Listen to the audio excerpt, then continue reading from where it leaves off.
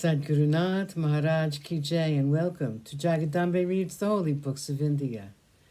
Ramayana 176. As you may remember, Rama and Lakshman were remembering about Bharata. I still cannot understand how Keiki, the queen of such a noble king, and the mother of noble Bharata, could have been so evil-minded. Rama was listening to his words and said, "Child, my dear Lakshman, do not talk ill of our mother. Keep on talking of Bharata. It is pleasing to my ears.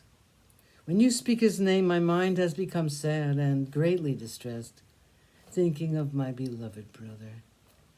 I have also thought often of him and his pleasing ways. I cannot forget the tragic manner in which we parted, when in Chitrakuta I refused to go back with him to Ayodhya. He was so disappointed, and his tear-stained face, when he finally had to accept my word as final, is ever before my eyes, and I cannot sleep at times thinking of him. I see him walking with the padukas placed on his head, and his eyes streaming with unheeded tears. Bharata, my beloved Bharata, how much he loves me. I wonder when we will all be reunited. When will I go back to our beloved Ayodhya? And when will the four of us be together again, happy as we once were?" They spent their time in talking about old days, about their mothers, their dear departed father, and so time passed them by unheeded. They spent very happy and peaceful days at Panchavati. 11. Shurpanakha. Rama spent many happy days in the ashram at Panchavati. They would bathe daily in the river Godavari, worship the sun, and recite the verses in praise of the gods whom they worshipped. Rama would walk back to the ashram with Sita, and Lakshman would follow with the pot filled with water from the river. And so they spent their time adhering to a routine and wandering in the nearby forest. They were happy.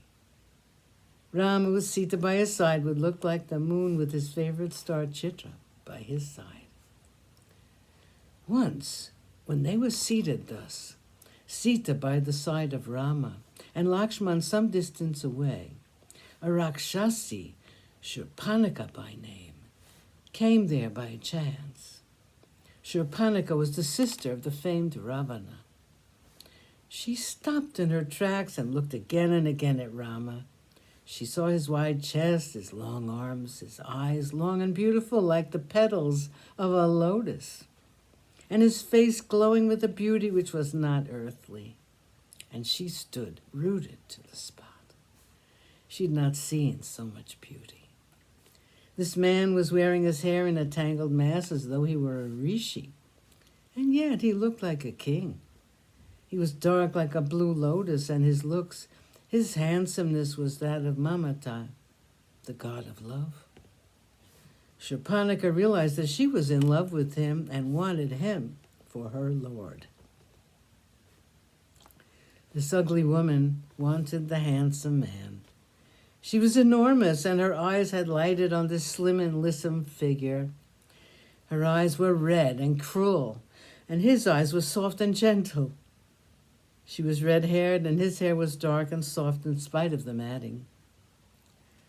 One could not bear the sight of her, since she was so fearful. And as for him, the eyes which had lighted on him once refused to look at other things. Her voice was like thunder, and his was pleasing to the ear. She was old, and he was young. She was crooked in her thinking, and he was straight.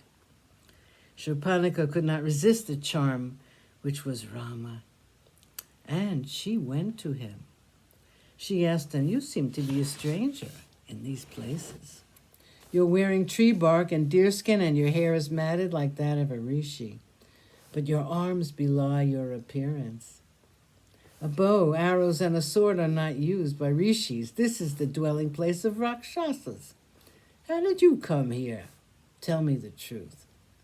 Sadhgurunath Maharaj Ki Jai. Thank you for coming. I hope you come again.